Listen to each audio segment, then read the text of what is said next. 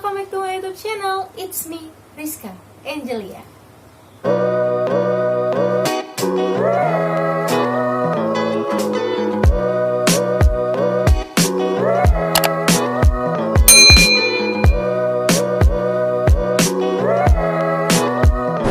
Hai, long time no see. Apa kabar teman-teman semua? Seperti biasa, aku berharap kita semua dalam keadaan sehat walafiat dan selalu dilindungi oleh Allah Subhanahu wa Ta'ala.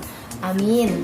Nah teman-teman, di era pandemi seperti ini kita harus menjaga kesehatan yang kita miliki dengan cara mematuhi protokol keamanan, yaitu memakai masker, menjaga jarak, dan mencuci tangan. Nah teman-teman, di kesempatan kali ini aku mau sharing kepada kalian tentang salah satu pengalaman aku yang gak akan pernah bisa aku lupakan. Dan pengalaman ini atau cerita ini juga sempat di-request oleh beberapa teman-teman di kolom komentar YouTube. Ya, cerita ini adalah pengalaman pertamaku dalam mengikuti lomba. Seperti yang teman-teman ketahui, terkait dengan pengalaman pertama, itu seperti seorang penyanyi yang mau debut pertamanya mengeluarkan single lagu. Nah, pasti dibalik itu semua memiliki cerita tersendiri, baik itu cerita sedih maupun cerita senang. So langsung aja guys, ini ceritaku dan this is for you, coming out. Well, mungkin banyak teman-teman yang berpikir kayaknya Rizka itu udah minat banget deh di dunia menulis sejak dia kecil. Atau kayaknya Kak Rizka emang tertarik di dunia berbau ilmiah. Nah, kalau teman-teman berpikir seperti itu, jawabannya big enggak sama sekali teman-teman. Nah, jadi awal mula aku terjun ke dunia menulis itu pada saat SMA, pada saat aku mengikuti eskukir atau kelompok ilmiah remaja. Kalau teman-teman berpikir juga memasuki eskukir merupakan keinginan aku sendiri, itu enggak sama sekali teman-teman. Jadi pada saat itu aku direkomendasikan oleh kakakku untuk memasuki ekskul-kir karena kebenaran kakakku adalah seorang guru dan di sekolahnya dia melihat anak-anak yang berkecimpung di dunia kir adalah anak-anak yang cukup berkembang pesat di sekolah tersebut. Nah, jadi untuk kategori anak yang baru lulus dari SMP dan masih sangat labil, aku mengikuti saran kakakku dan tetap mengikuti satu ekskul lagi yang sesuai dengan passionku. Nah, dari situlah, dari KIR, yaitu kelompok ilmiah remaja, awal mula aku menyukai dunia menulis dimulai. Cerita di tahun pertama sekolah, yaitu tahun 2012, ada suatu lomba yang diadakan oleh Dinas Kelautan dan Perikanan Sumatera Selatan. Nah, pada saat itu, karena aku tipe orang yang cukup mudah penasaran, apalagi dengan sesuatu yang aku udah berkecimpung di dalamnya. Jadi walaupun aku sama sekali nggak tahu apa itu karya tulis ilmiah dan nggak tahu banget bentuknya seperti apa, di sana aku tertantang untuk mencari lebih lanjut mengenai karya tulis ilmiah. Dan di sana sih yang terpenting sebenarnya aku pengen banget ikutan lomba pada saat itu. Nah, dari situ pulang dari sekolah aku mulai cari tahu gimana bentuk susunan dari karya tulis ilmiah, apa itu karya tulis ilmiah, dan di sana aku juga sempat sharing sama kakakku. Dan keesokan harinya aku ketemu sama seniorku di KIR pada saat itu ialah Kak Anissa. Di sana aku ngomong, "Kak Anis, aku mau dong ikutan lomba KIR." Padahal pada saat itu aku masih buta banget, belum tahu banget dan belum ada ide gitu. Tapi aku tetap beraniin dan mengajukan diri buat aku mau ikutan lomba tersebut. Sekitar 2-3 hari setelah aku ngomong sama Kak Anis, aku dipanggil sama guru pembimbing KIR. Dan pada saat itu Kak Anis menjadi jembatan penghubung untuk aku bertemu dengan guru pembimbingku. Nah, pada saat aku bertemu sama guru pembimbing KIR, di sana beliau bertanya, "Kamu beneran mau ikut lomba KIR?" Terus aku jawab, "Iya Bu, beneran. Aku mau ikut lomba KIR." Nah, pada saat itu juga ibu tersebut memperkenalkan aku dengan salah satu guru yang cukup muda, guru pembimbing juga, dan beliau ngomong, "Ini titip ya satu bimbinganku." Terus pada saat aku udah dititipin sama guru yang cukup muda ini, nah disitulah teman-teman drama-drama aku dimulai. Mungkin teman-teman SMA aku gak tahu bahwa sebenarnya aku pernah nangis di lomba pertama ini, termasuk juga temanku Tri yang pada saat itu nemenin aku buat ngambil laptop untuk bimbingan lomba ini. Jadi pada saat aku dititipkan sama guru yang cukup muda, sebenarnya beliau sudah punya 12 bimbingan siswa dan ditambah aku lagi satu, jadi beliau punya 13 bimbingan. Nah, pada saat itu bertepatan dengan hari kelas meeting, kita ngumpul di salah satu ruangan bentuk lingkaran Lalu pada saat itu guru yang cukup muda tersebut memang memiliki kompetensi yang sangat bagus. Jadi beliau benar-benar membantu siswa dari awal, dari A sampai Z. Dari yang belum punya materi, belum tahu idenya mau bahas apa, jadi benar-benar dicari bareng-bareng, baca jurnal bareng-bareng. Nah, pada saat itu kebenaran aku udah mencari referensi duluan di rumah, dan aku udah tahu tuh materi atau bahasan apa yang bakal aku bahas untuk lomba ini. Pada saat itu giliranku nomor 5 atau nomor 6. Nah, pada saat menunggu dan pas di giliranku, guru tersebut ngomong, Rizka, kamu nanti ya.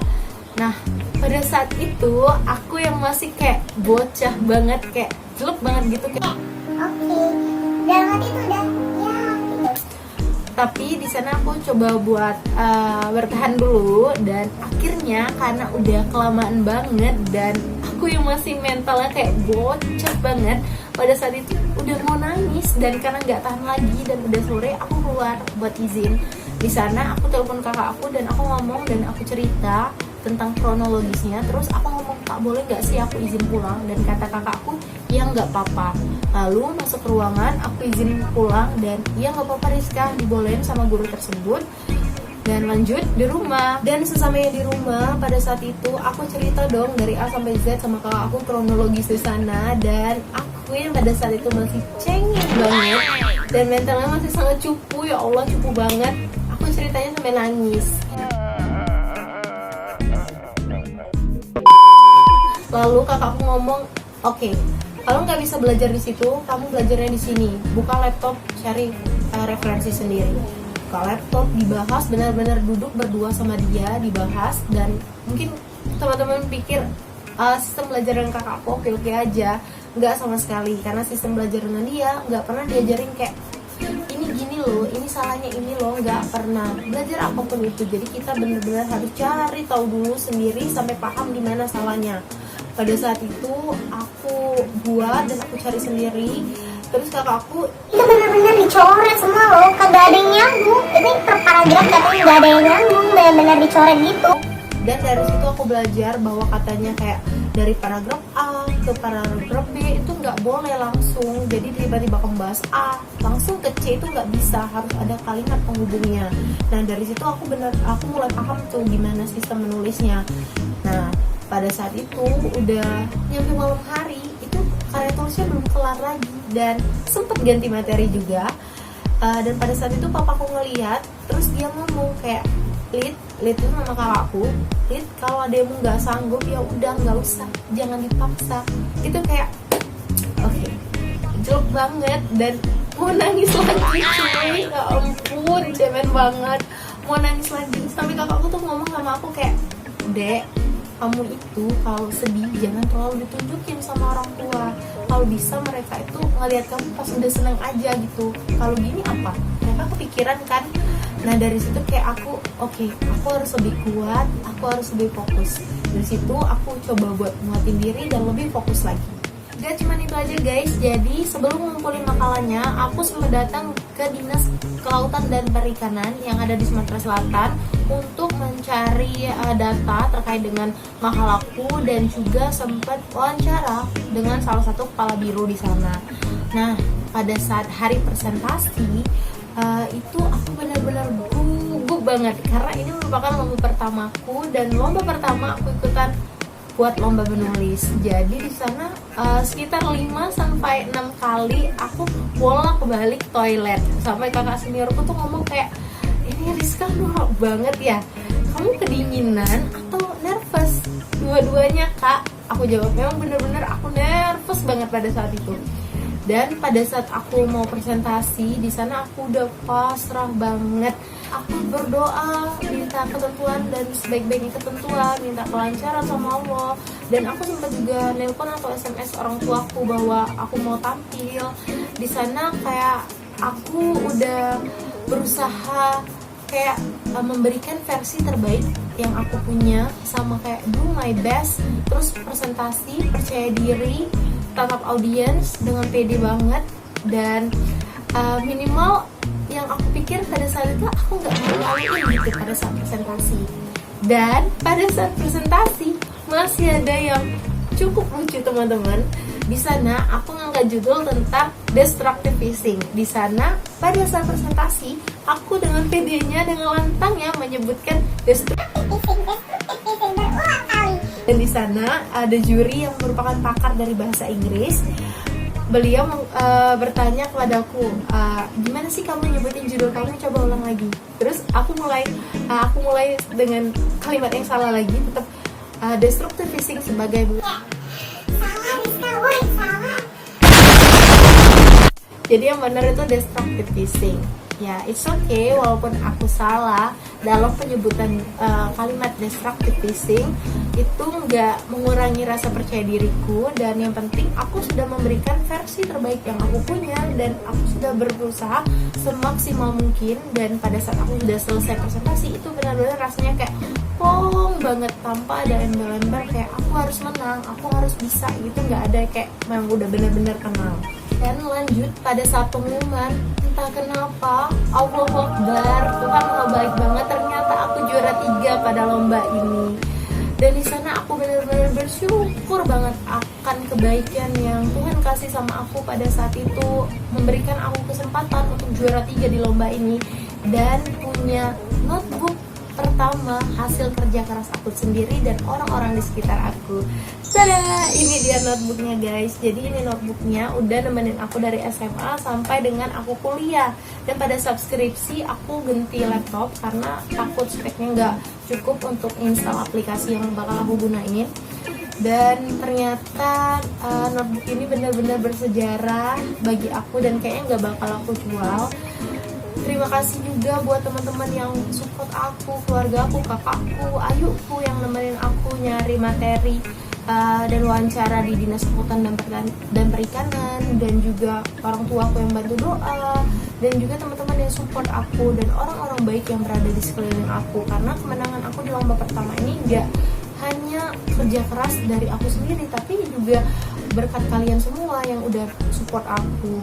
Dan dari sini teman-teman, kalau teman-teman berpikir enak ya Rizka menang di lomba pertama, enak ya Rizka menang lomba, enggak seperti itu juga teman-teman. Karena setelah lomba ini banyak banget kegagalan yang aku alamin dalam lomba menulis. Jadi kayak buat teman-teman yang ngeluh, aku kok kalah terus ya, udah 3, 4, 5, 6 kali ikutan lomba tapi masih juga kalah. It's okay teman-teman, gak masalah. Pada saat kalian kalah, di sana kalian memiliki kesempatan untuk belajar lebih jauh, belajar lebih banyak, memahami ritme dalam menulis, menimbulkan perasaan pada saat menulis, logikanya juga lebih jalan. Gak masalah pada saat kita kalah, yang penting kita usaha terus sampai kegagalan itu bosan sama kita dan ngasih kita kemenangan. Jadi gak apa-apa, jadiin kegagalan itu merupakan suatu pembelajaran buat kalian menuju hal yang lebih baik dan mencapai kesuksesan atau kemenangan. Jadi teman-teman, ya sama-sama bisa kita simpulkan di sini bahwa keberhasilan itu tidak akan berjalan dengan baik dan tanpa adanya suatu kerja keras, dan kerja keras tidak akan berhasil dengan sempurna tanpa adanya iringan dari doa. Jadi jangan lupa berdoa ketika kalian akan memulai sesuatu apapun itu, baik dalam lomba maupun dalam kehidupan sehari-hari. So teman-teman, udah selesai video kali ini dan ceritaku tentang pengalaman pertama aku dalam menulis. Dan buat teman-teman semua yang baru pertama sekali mampir di channelku, don't forget to subscribe. Dan buat teman-teman yang udah menonton videoku dari awal sampai akhir, terima kasih. Dan don't forget to subscribe juga, like, comment, and share this video, and see you on next video. Bye bye.